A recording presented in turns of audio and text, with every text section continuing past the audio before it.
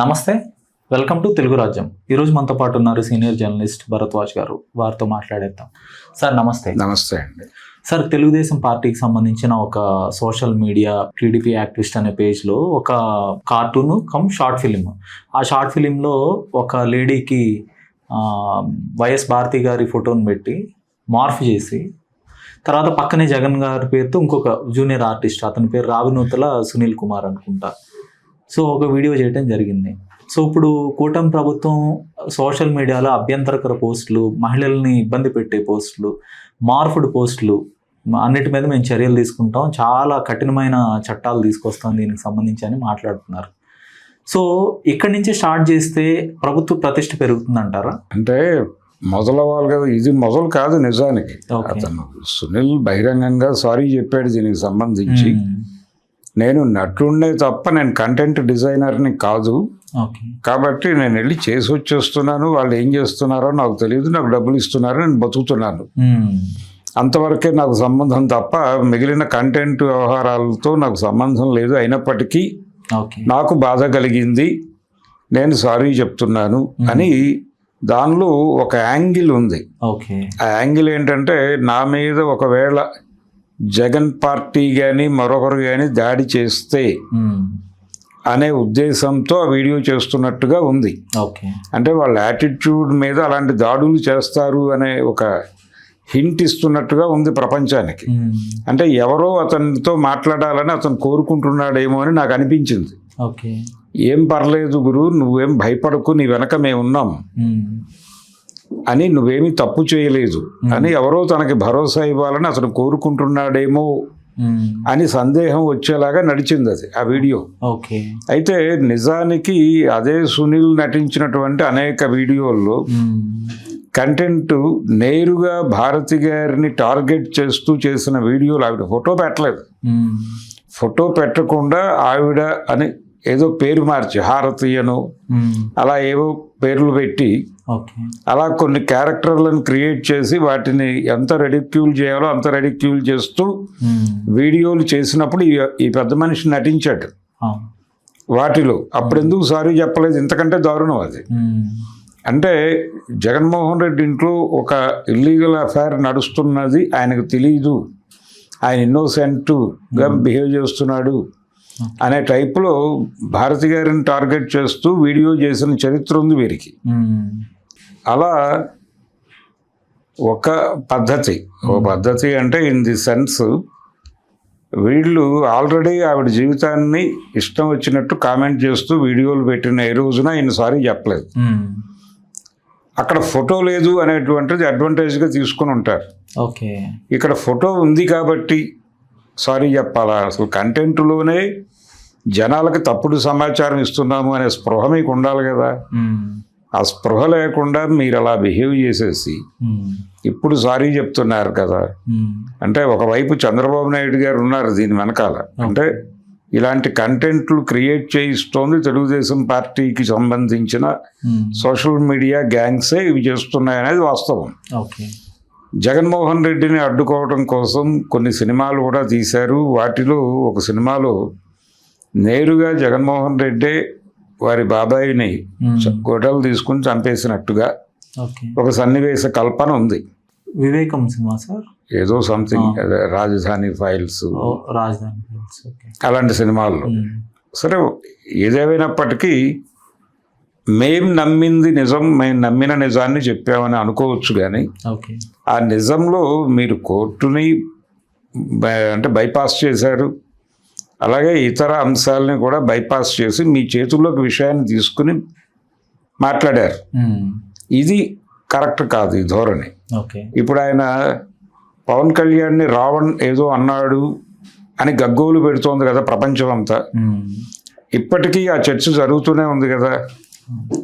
రోజు ఏదో పద్ధతిలో దాన్ని తీసుకెళ్లి జగన్ మెడలో వేయటం కోసం కక్కుర్తి పడుతున్నారు. కానీ నిజంగా అతను మాట్లాడింది ఏమిటి? నిజంగానే అంత చేయాల్సిన అవసరం ఉందా?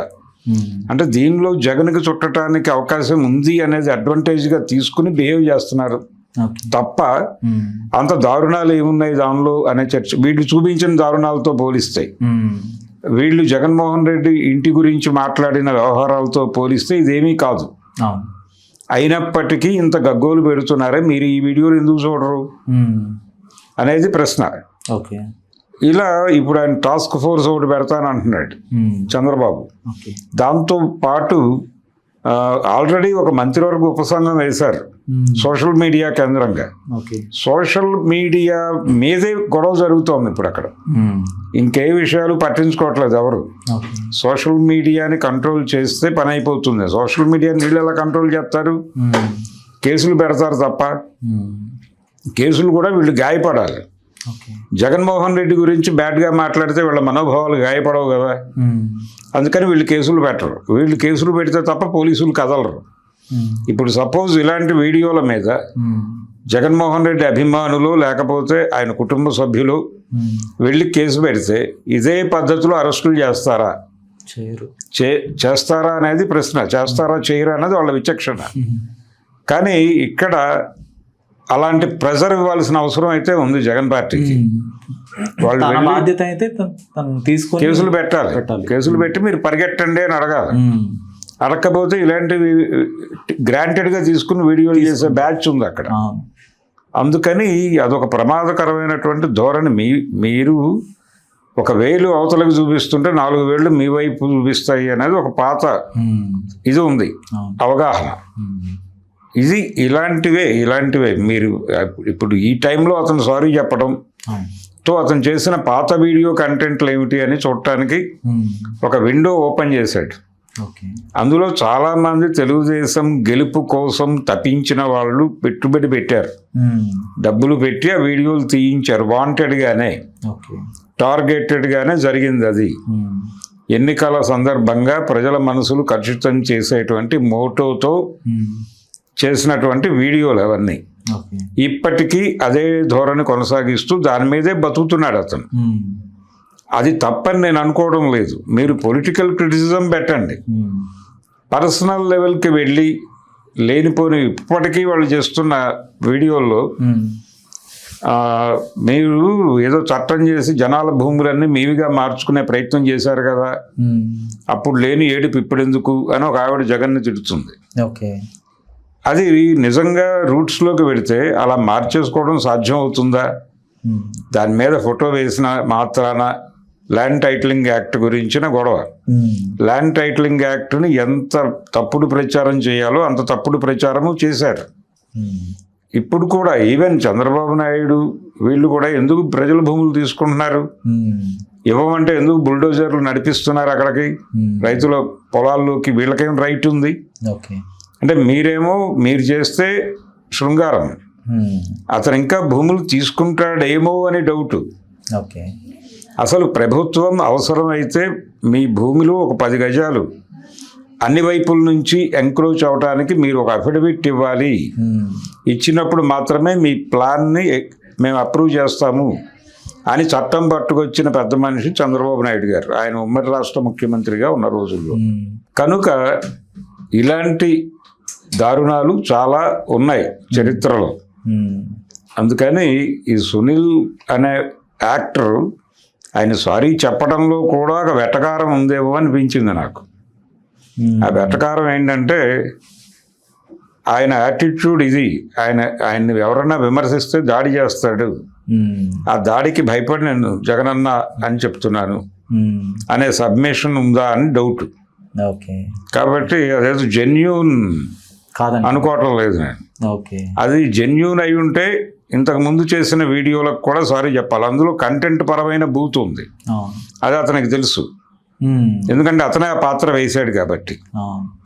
ఆ భారతి పాత్ర వేసిన ఆవిడకి కూడా తెలుసు కంటెంట్ బూత్గా పెడుతోంది అని. తెలిసినప్పుడు ఎందుకు రిజెక్ట్ చేయలేదు, ఎందుకు సారీ చెప్పలేదు ఆ రోజున? అవును, చేస్తున్నదే ఒక చట్ట విరుద్ధమైన పని అని, నైతికంగా కూడా అది తప్పుడు పనే. ఇప్పుడు ఒక వ్యక్తి భార్యని, ఒక మాజీ ముఖ్యమంత్రి భార్యని అప్పటికి మాజీ కాకపోవచ్చు కానీ ఆవిడ అంటే స్ట్రైట్ గా ముఖ్యమంత్రి గారి భార్యని కూడా మీరు రెడిక్యూల్ చేశారు. ఇలాంటిదే అసెంబ్లీలో చర్చ జరిగిందని ఆయన కన్నీరు పెట్టుకున్నాడు. అవును, చంద్రబాబు గారు. అవును, ఈయన కన్నీరు పెట్టుకోలేదనా మీ ఉద్దేశం? కన్నీరు పెట్టుకోలేదంటే గ్రాంటెడ్గా తీసేసుకున్నాడని మీరు అనుకుంటున్నారా? అనుకుని మీ ధోరణిలో మీరు ఈ వీడియోలు చేస్తున్నారా అంటే ఏం సమాధానం చెప్తారు వాళ్ళు?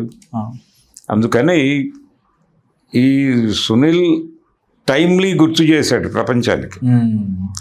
తెలుగుదేశపు అభిమానులు చేసిన నీతి బాహ్యమైనటువంటి వీడియోల గురించి ఇప్పుడు ప్రపంచానికి తెలియజేయటం అనే ఒక మంచి పని చేశాడు అతను.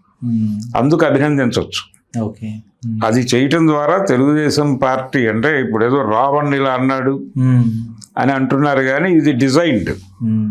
రావణ్ ఆవేశంలో రాధా మనోహర్ దాస్ని అయినా అనుండొచ్చు, ఇంకేదైనా వీడియోలో పవన్ కళ్యాణ్ అనుండొచ్చు, ఇంకేదైనా వీడియోలో కగార్ ఆపరేషన్ గురించి మాట్లాడి ఉండొచ్చు.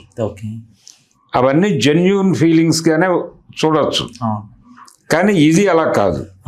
గతంలో వైసీపీ బూతుల పార్టీ, మహిళల్ని వేధించే పార్టీ, సోషల్ మీడియాలో దుశ్శాసనలు చెలరేగిపోతున్నారు, ఇలాంటి తరహా మాటలు వచ్చేవి. ఇప్పుడు చూస్తే జగన్ గారి సతీమణి గారిని వదలలేదు, రోజా గారిని కూడా డైమండ్ రాణి సాక్షాత్ పవన్ కళ్యాణ్ గారే అన్నారు.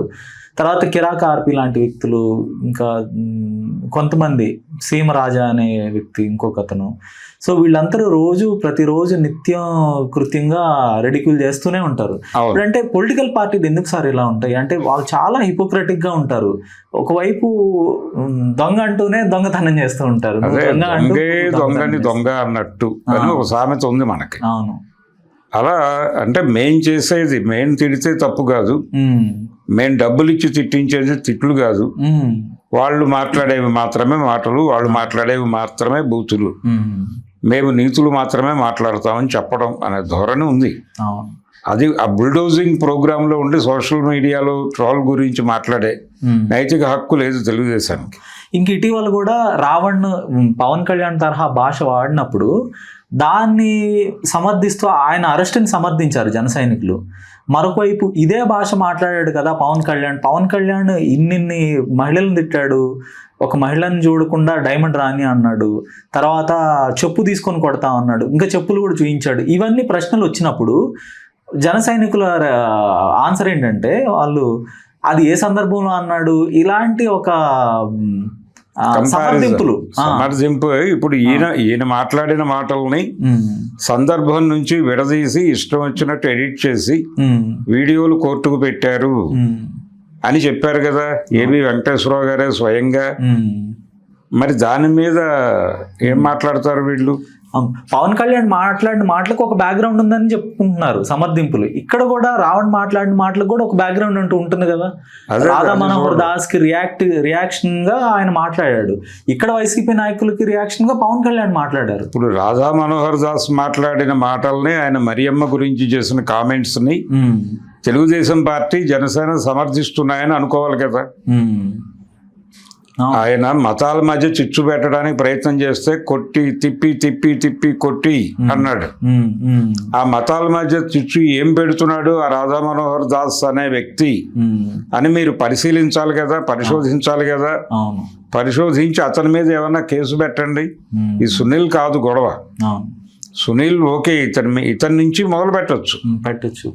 ప్రభుత్వం ప్రతిష్ట కూడా పెరుగుతుంది. ఎందుకంటే బోరుగడ్డ అనిల్ని నాడే అరెస్ట్ చేస్తుంటే నేను బండి కట్టుకొని పోతా, ఇట్లాంటి చాలా దుర్మార్గమైన మాటలు మాట్లాడాడు. అంటే సమాజాన్ని కూడా టెర్రరైజ్ చేసే విధంగా మాట్లాడాడు. ఆ మాటలు పవన్ కళ్యాణ్ ఇంటికి వచ్చి రేప్ చేస్తాను, ఇట్లాంటి మాటలు. సో నాడే వైసీపీ కళ్ళు తెరిచి అరెస్ట్ చేస్తుంటే ఆ పరిస్థితి వచ్చి ఉండేది కాదు. ఇవాళైనా టీడీపీకి ఒక మంచి అవకాశం అని నేను భావిస్తాను.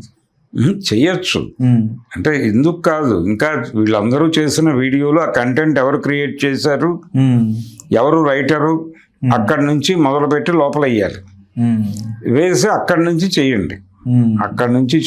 మీరు మీడియాలో ప్రచారం చేస్తున్నటువంటి అనేక దుర్మార్గాలు ఉన్నాయి. అంటే వీరు అమ్ముడుపోయారు, వారు అమ్ముడుపోయారు అనే గొడవ ఎక్కువైపోయింది. వీళ్ళు సరెండర్ అవ్వాలి, వాళ్ళు సరెండర్ అవ్వాలి అనే గొడవ. ఇది దీని మీద టార్గెట్ చేసి పని చేయగలిగితే మీ నిజాయితీ ఏమిటనేది ప్రపంచానికి అర్థమవుతుంది. కరెక్ట్. అది లేకుండా మీరు ఏం మాట్లాడినా మీరు చేసింది ఏమిటి అనే అనాల్సి వస్తుంది. మీరు ఏం మాట్లాడారో, మీ మీద ఏం మాట్లాడారో అవే మీరు మీ మూకల చేత అవతల పార్టీ అవతల నాయకుడి భార్య గురించి కూడా మాట్లాడించారు. మరి మీరు చేసేది శృంగారం అని అనుకుంటున్నారని అనుకోవడంలో తప్పేం లేదు కదా. అందుకని తెలుగుదేశం పార్టీ ఇంటిగ్రిటీ రోడ్డు మీదకి వస్తుంది. సోషల్ మీడియా గొడవల్ని మెయిన్ స్ట్రీమ్లో ప్రధాన స్రవంతి వ్యవహారంగా పట్టించుకోవడం వలన వాళ్ళ ఇంటిగ్రిటీ దెబ్బతింటోంది. ఆ విషయం వాళ్ళకి అర్థం కావట్లా. ఎంత తొందరగా ఇది ముగించి ఈ దాడులు సోషల్ మీడియా వాళ్ళ మీద దాడులు చేస్తాం ఇలాంటి పిచ్చి మాటలు మానేయగలిగితే మంచిది. లేకపోతే యువతల వాళ్ళకు కూడా మనోభావాలు ఉంటాయి. వాళ్ళు కూడా పోలీస్ స్టేషన్లో కేసులు పెడతారు.